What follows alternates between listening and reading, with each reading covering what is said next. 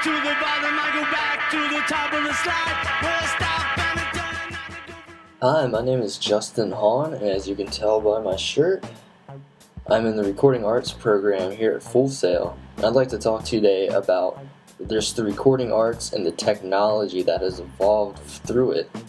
And it's definitely a lot different than how it was back in the day.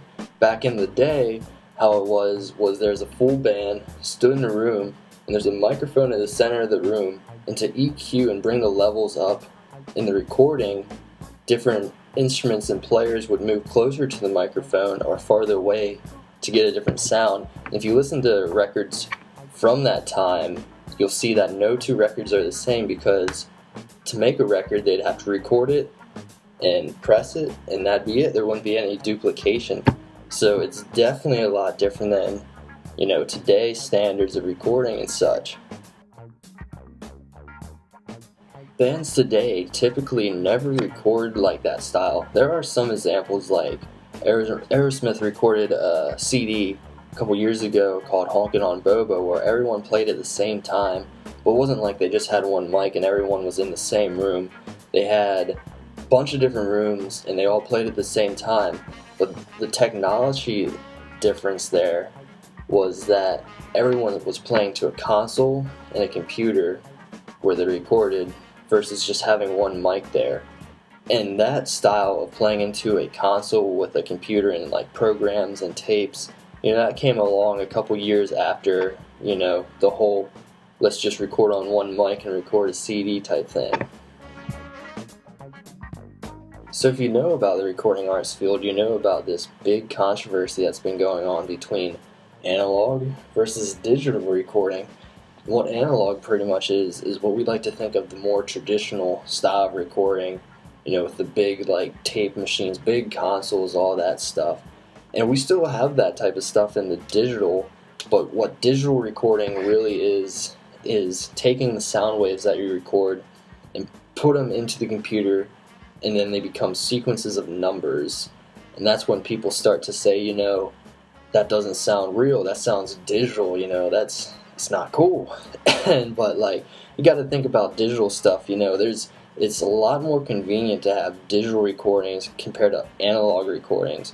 You got to buy so much expensive tape when you're doing analog recordings, whereas you can just get a computer. Once you get the computer, you get a program.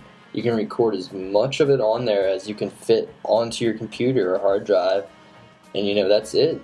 You don't have to go out and keep buying huge amounts of tapes to record different tracks. You don't have to physically cut the tapes to splice them in. You don't have to actually physically glue the tapes back together.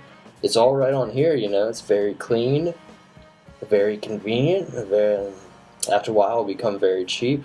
But is it really worth sacrificing that sound? And that's where this whole big controversy is coming from. So starting to take place in the digital revolution right now is the presence of computers. Computers are huge right now in the recording arts field, and that what pretty much means is that consumers can get their hands on programs that are real cheap and easy to use.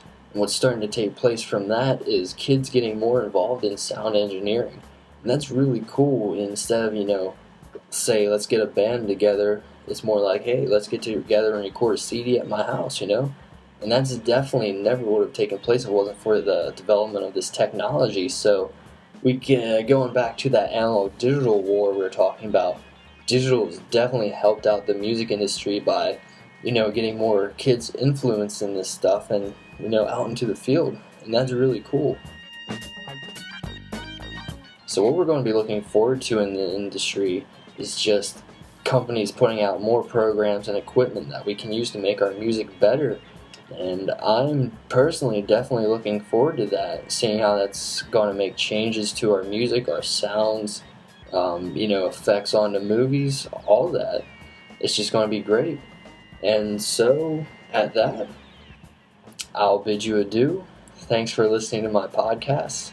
Hopefully I'll see you soon.